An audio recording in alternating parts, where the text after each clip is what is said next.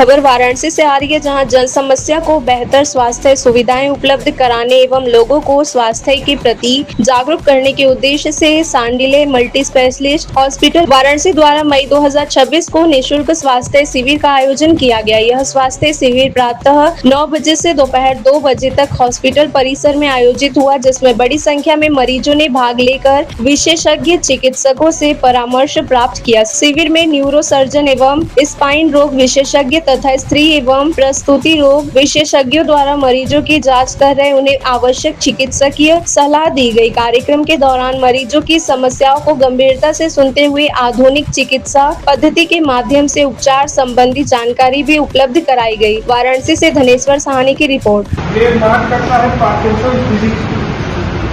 आप लोग के बीच में जितने बुढ़े लोग होते हैं उनका जैसे कि स्लो चल रहे हैं, हाथ कांप रहा है, घर में जाते हैं, अस्पताल में जाते हैं या कहीं बैंक में गए तो पैसा नहीं निकाल पा रहे क्योंकि हाथ कांप रहा है। मैनेजर ने बोला सिग्नेचर में स्क्रैच है, दोबारा करेंगे।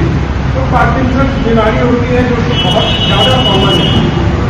उसके अवेयरनेस के लिए भी ये कैंप लगाया जा रहा है।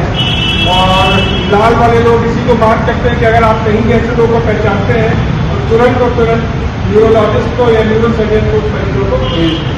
उसका ये मैसेज है। मेरा नाम डॉक्टर आशीष तिवारी है। मैं न्यूरो सर्जन हूँ और पिछले 7-8 साल से यहाँ पे काम कर रहा हूँ। हमारा पहले यहाँ पे क्लिनिक हुआ करता था और पिछले 6 महीने में हम लोग ने इसको अस्पताल का रूप दिया है। ये शिविर हम लोग ने आयोजित किया है इसलिए कि मरीजों को हम लोग बता सके कि यहाँ पे क्लिनिक से अस्पताल की सुविधा उपलब्ध हो गई है और यहाँ पे न्यूरो की, गायनी की, हड्डी की, यूरो की, प्लास्टिक सर्जरी की, मेडिसिन की, जनरल सर्जरी की सारी सुविधाएं उपलब्ध हैं। हम लोग के पास 2 मॉड्यूलर ओटी है, अत्याधुनिक आईसीयू है, प्राइवेट वार्ड है, जनरल वार्ड है, एचडीयू है और रेट इसका काफ़ी किफ़ायती दरों पे है। हालांकि हम लोग अभी तक गवर्नमेंट की जितनी स्कीम्स चल रही हैं उन पे हम लोग काम कर रहे हैं, इम्प्लीमेंट का अभी हो नहीं पाए हैं, लेकिन लग रहा है कि अगले 1-1.5 महीने में शायद वो हो जाएगा। उद्देश्य ये है कि पूर्वांचल में और बनारस में अपने को जन को जागरूक बनाने के लिए, न्यूरो की समस्याओं के लिए और गायनी की समस्याओं के लिए। और अभी ये मैंने देखा आप लोग इनफर्टिलिटी की बात कर रहे थे, तो इनफर्टिलिटी एक ऐसी चीज़ है, हम तो ये बोलेंगे कि जिसके लिए हो गया उसके लिए 100% और जिसके लिए नहीं हुआ उसका वो शायद बनारस से शुरू होके वो अमेरिका तक भी इलाज कराए, उसका कहीं पे कुछ नहीं हो पाता है। तो एक वो है कि अर्जुन का तीर है, लग गया तो ठीक, नहीं लगा तो कोई प्रॉब्लम नहीं है। न्यूरो के लिए भी यही कहूँगा कि न्यूरो में हम लोग का अवेयरनेस का ज़्यादा वो है कि अपना बीपी नियंत्रित रखें, अच्छा भोजन करें, स्वास्थ्य वाला अच्छा स्वास्थ्यवर्धक भोजन करें, बीपी कंट्रोल करना है, खूब पानी पिएं, धूप से बचें ताकि हीट स्ट्रोक ना हो। यही सब इसका अवेयरनेस का ही एजेंडा है और प्रॉब्लम और ऐसा कुछ उसमें उद्देश्य नहीं है। सर, एक सामान्य रूमर ऐसा फैला हुआ है कि आफ्टर कोरोना वैक्सीनेशन जी, कुछ हृदयाघात के रोगियों की संख्या बढ़ गई है या अचानक से डेथ होने की संख्या में रेशियो में सब कुछ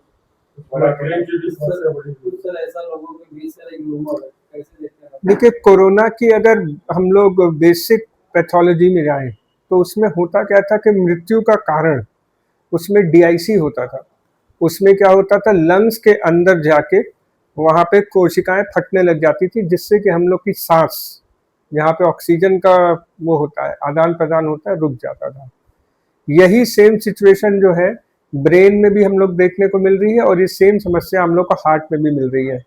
अब जहाँ तक वैक्सीनेशन के लिए है, इसके ऊपर अभी तक तो हम लोग कमेंट नहीं कर सकेंगे, लेकिन हाँ, मेरे जानने वाले 4-5 डॉक्टर, खुद जो कार्डियोलॉजिस्ट थे वो हार्ट अटैक से मरे हैं, खुद जो न्यूरोलॉजिस्ट थे वो ब्रेन हेमरेज से ही उनकी डेथ हुई है। तो ये बढ़ा तो है समस्या और इस पे अभी शोध चल रही है, तो कोई कंक्लूजन दे देना हमारे लिए कि नहीं इसी की वजह से हो रहा है, ये कहना थोड़ा सा अभी के लिए जल्दी होगा।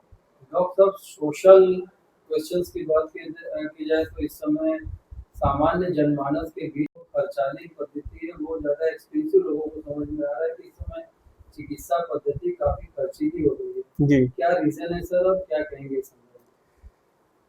देखिए पहले तो ये बोलेंगे कि अगर आज से हम 30 साल पहले चले जाएं बनारस शहर के बारे में, तो मेरे ख्याल से बीएचयू के अंदर भी आईसीयू नहीं हुआ करता था, इक्विप्ड आईसीयू उसमें नहीं हुआ करता था। और हम लोग जब यहीं से मैंने पढ़ाई की हुई है, तो हमारे यहाँ मुझे 2 या 3 हॉस्पिटल हैं जिनको मैं उँगली पे गिन सकता हूँ जिनके पास आईसीयू हुआ करता था। तो बाकी जो मरीज भी आते थे उस समय भी बीमार पड़ते थे, वो लोग बिना आईसीयू के या उसके केयर के बिना ही उनकी मृत्यु हो जाती थी। अब क्योंकि चीज़ें हम लोगों को आईसीयू या किसी भी चीज़ में हॉस्पिटल केयर क्या है, प्राइवेट हॉस्पिटल केयर क्या है कि जहाँ पे हम लोग ने आस छोड़ दी है, वहाँ हम आस अपनी शुरू करते हैं लगाना। उस कंडीशन में हर चीज़ों की कॉस्ट बढ़ती है। एक मेरी और भी है, लोगों से भी मतलब अपने प्राइवेट हॉस्पिटल वालों से भी अपील है कि रेट को कम ही रखें, क्योंकि जन्म और मृत्यु और हम लोग का जो प्रोफेशन है, इससे बढ़कर दुनिया में कहीं कोई कुछ चीज़ नहीं है। तो हम भी यही अपील करते हैं सबसे कि अपनी दरों को कम रखें। हम लोग ने भी कम कर रखा है, और आदर हम लोग तो मरीजों की ये भी करते हैं कि एक सर्जरी जो होती है महीने की, मैं तो फ्री करता ही हूँ, और मैं आज से नहीं शुरू से करता आ रहा हूँ पिछले 6 साल से। वो चैरिटी कह लीजिए, डोनेशन कह लीजिए, जो कहिए वो मैं फ्री करता ही करता हूँ।